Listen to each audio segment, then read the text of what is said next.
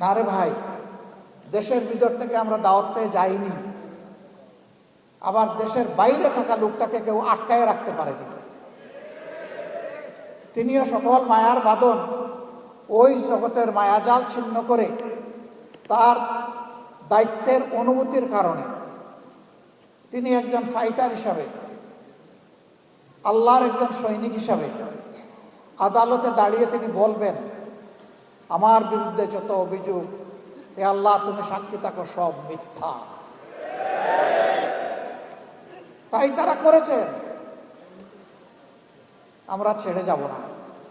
হ্যাঁ, আল্লাহ তাআলার নির্দেশে বিশেষ প্রয়োজনে যদি কখনো যেতে হয় সেটি ভিন্ন, কিন্তু শুধু যান বাঁচানোর জন্য একটু শান্তিতে মায়ার জালে একটু গোড়াগড়ি করার জন্য ইসলামী আন্দোলনের লোকেরা যায়নি, ইনশাল্লাহ যাবে না।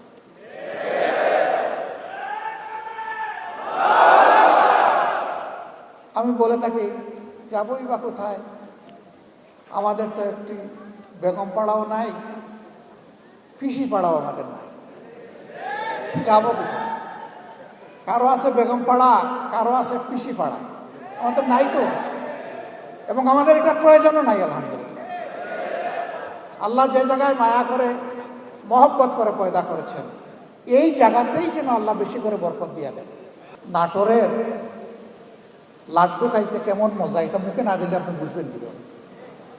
আবার এটার প্রয়োগ শুরু হোক, তারপরে দেখবেন যে হয় কিনা। এই প্রয়োগে আপনাদের সবার সহযোগিতা আমরা চাই। আমরা আশা করি মানুষ নিজের প্রয়োজনে, নিজের কল্যাণে আমাদের এই উদ্যোগে ইনশাল্লাহ সবাই সম্পৃক্ত হবে।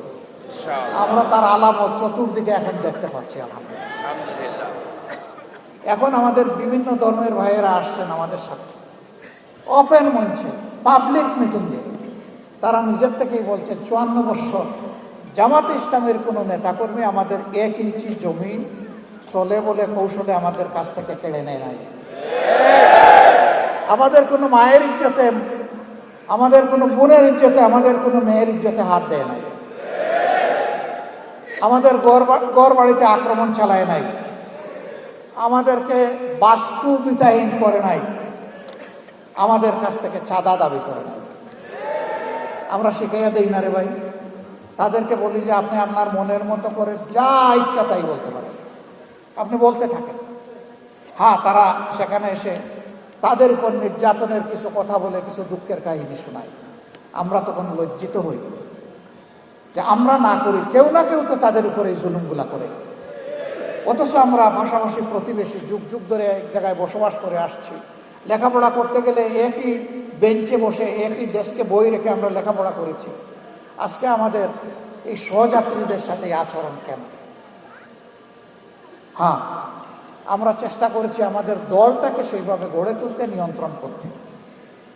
আমরা আশা করি এই দলের হাতে আল্লাহ যদি দেশ পরিচালনার দায়িত্ব দেন, এখন আমরা দল নিয়ন্ত্রণ করেছি, আমরা ইনশাআল্লাহ দেশও নিয়ন্ত্রণ করতে পারব।